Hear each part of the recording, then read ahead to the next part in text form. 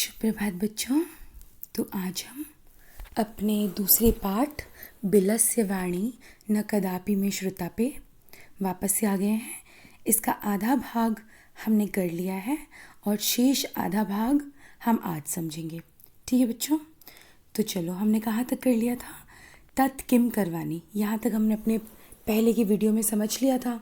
तो अब हम आगे के पाठ को पढ़ते हैं और उसे समझते हैं। ठीक है। एव विचिन्तय दूरस्थ रवं कर्तुमारब्ध।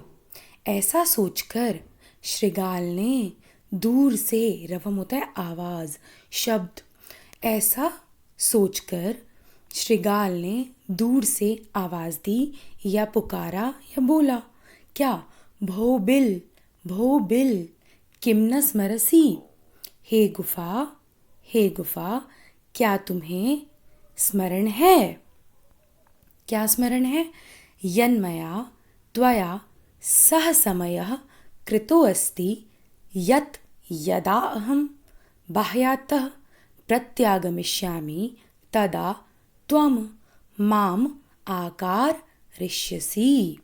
अभी इसमें क्या कहना चाहता है कि हे गुफा, क्या तुम्हें स्मरण है कि मेरा तुम्हारे साथ समझौता हुआ है कि जब मैं बाहर से लौटूंगा तो तुम मुझे पुकारोगी। ठीक है।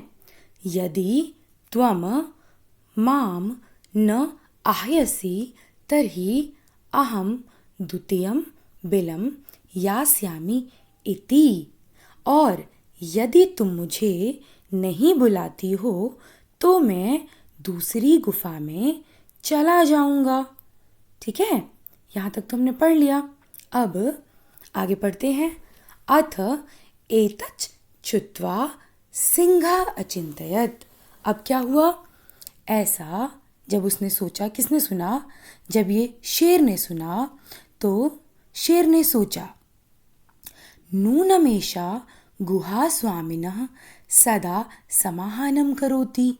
इसका अर्थ है निश्चय ही यह गुफा अपने स्वामी का आह्वान करती है, अर्थात बुलाती है। परंतु मदभयात् न किंचित वदति। परंतु मदभयात्, मेरे भय से यह कुछ नहीं बोल रही है। अथवा साध्वी वदम उच्यते। अब इसका अर्थ है बच्चों कि यह उचित ही कहा गया है। साध्वी वदम उच्यते, उचित ही कहा गया है। क्या? अभी एक श्लोक है, उसे हम पढ़ते हैं। भयसंत्रस्तमनसां हस्तपादादिकाः क्रिया प्रवर्तन्ते न वाणी च वेपथुश्चताधिको भवेत्। ठीक है। अब इसका अर्थ सुनिए। इसका अर्थ है भय से डरे हुए मन वाले लोगों के हाथ पैर आदि क्रियाशील नहीं हो पाते, उनकी वाणी भी अधिक कांपने लगती है। अर्थात जब कोई व्यक्ति भय से घिरा होता है, डरा हुआ होता है, तो वह केवल अपने आप को बचाता है, न ही उसकी वाणी उसका साथ देती है और न ही उसके हाथ पैर उसका साथ देते हैं। ठीक है, आगे बढ़ते हैं। तद हम अस्य आह्वानम करोमि। तो अब शेर ने क्या सोचा? इसलिए मैं ही इसे पुकारता हूँ। किसे? श्रृगाल को। क्योंकि जो गुफा है जो उसे हमेशा पुकारती है वो तो आज भय से ग्रस्त है, वो तो उसको पुकार नहीं रही। एवं सह बिले प्रविश्य में भोजम भविष्यति। और मेरे पुकारने के बाद क्या होगा? निश्चय ही वह क्या हो, अपने गुफा में प्रवेश करेगा। कौन? श्रृगाल। और मेरा भोजन बनेगा। यही है ना। इस तरह कौन गुफा में प्रवेश करेगा? श्रृगाल। और किसका भोजन बनेगा? शेर का। इत्थं विचार्य सिंहः सहसा श्रृगालस्य आह्वानम अकरोत्। और ऐसा विचार करके सिंह ने श्रृगाल को पुकारा या पुकारता है। ठीक है। सिंहस्य उच्च गर्जन प्रतिध्वनिना सा गुहा उच्चैः शृगालम आहयत।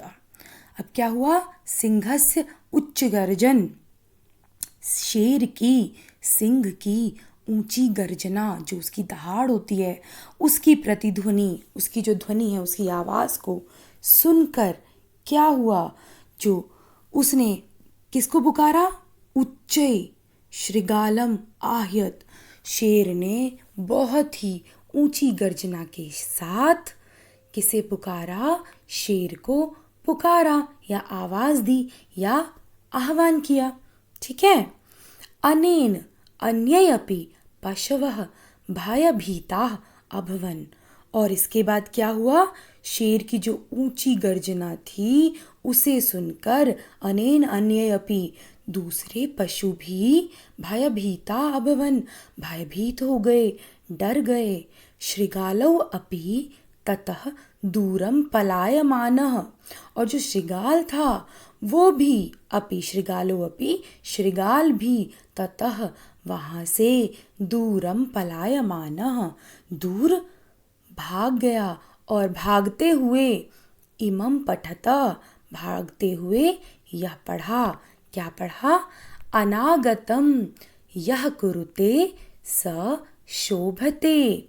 अर्थात इसका मतलब है बच्चों, ये मैंने आपको पहले भूमिका में भी कराया है कि जो भावी दुख को सोच लेता है, यानी कोई अनागत कुछ बुरा होने वाला है और उसको उसका आभास हो जाता है और वो उसके बारे में सोच कर ही अपना आगे का काम करता है, वो हमेशा शोभा पाता है। अब यहाँ शोभा पाने का अर्थ है बच्चों कि खुश रहता है, यानी दुखों से बचने के आसार उसके ज़्यादा होते हैं। वो कहा जाता है ना कि सावधानी हटी दुर्घटना घटी।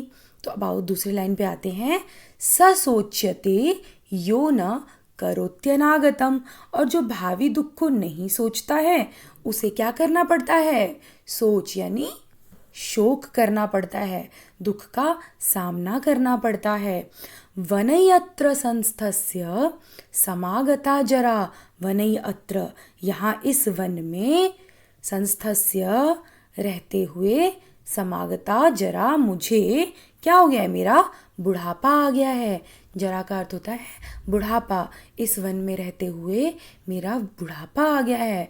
बिलस्य वाणी न कदापि में श्रुता। परंतु जो बिल की वाणी है, गुफा की वाणी है, वो मैंने कभी नहीं सुनी। तो इस पूरे पाठ से बच्चों आपको क्या शिक्षा मिलती है?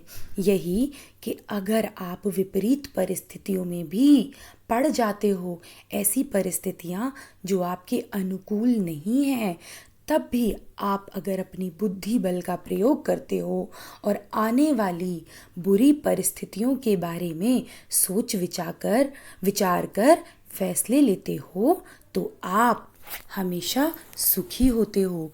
मैंने भूमिका में आपको इस श्लोक को कोरोना से जोड़कर बताया था ना कि अभी जो गवर्नमेंट ने, सरकार ने लॉकडाउन किया है वो क्या है?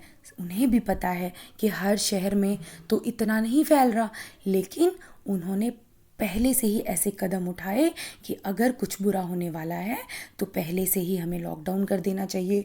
लोग थोड़ा प्रिकॉशंस लें ताकि ये बीमारी और ना फैले और हम सभी की जान बच पाए। ठीक है बेटा? तो किसी भी परेशानी में, किसी भी विपरीत परिस्थिति में आपको अपने बुद्धि बल का प्रयोग करना चाहिए। ठीक है? अब अगली वीडियो में मैं आपको इसके जितने भी प्रश्न उत्तर हैं वो करवा दूंगी। तब तक आप इसके सारे शब्दार्थ एक बार और पढ़ लेना। और हाँ, मैंने इसमें देखो आगे अव्यय भी है, आपको मैं अव्यय भी करवा चुकी हूँ। मैंने आपको अभी 2-3 दिन पहले अव्यय का भी काम दिया था, तो आप इसको एक बार फिर से पढ़ लेना कि अव्यय क्या होता है। और अगर आपको ना समझ में आए तो आप फिर मुझे